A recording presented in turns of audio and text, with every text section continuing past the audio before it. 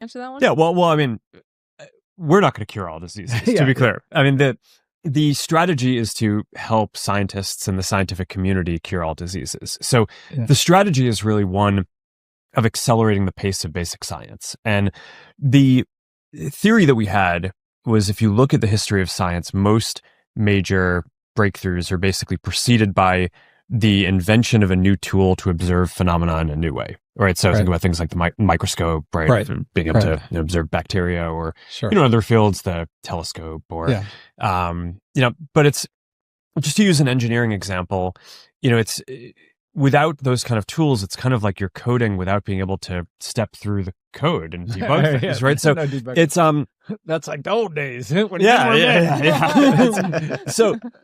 So our whole approach on this is basically, let's help build tools that will accelerate the pace of the whole field. And I think that there's a niche that I think fits that, because if you look at how funding works in science, the vast majority of funding comes from the government and NIH grants. It's parceled out into these relatively small grants that allow individual investigators to investigate usually pretty near-term things.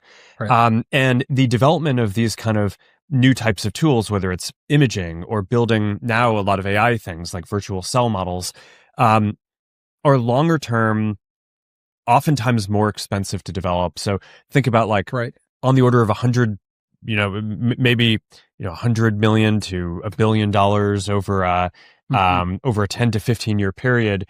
And then you try to unlock those tools and give them to the scientific community to accelerate the pace. So that's kind of the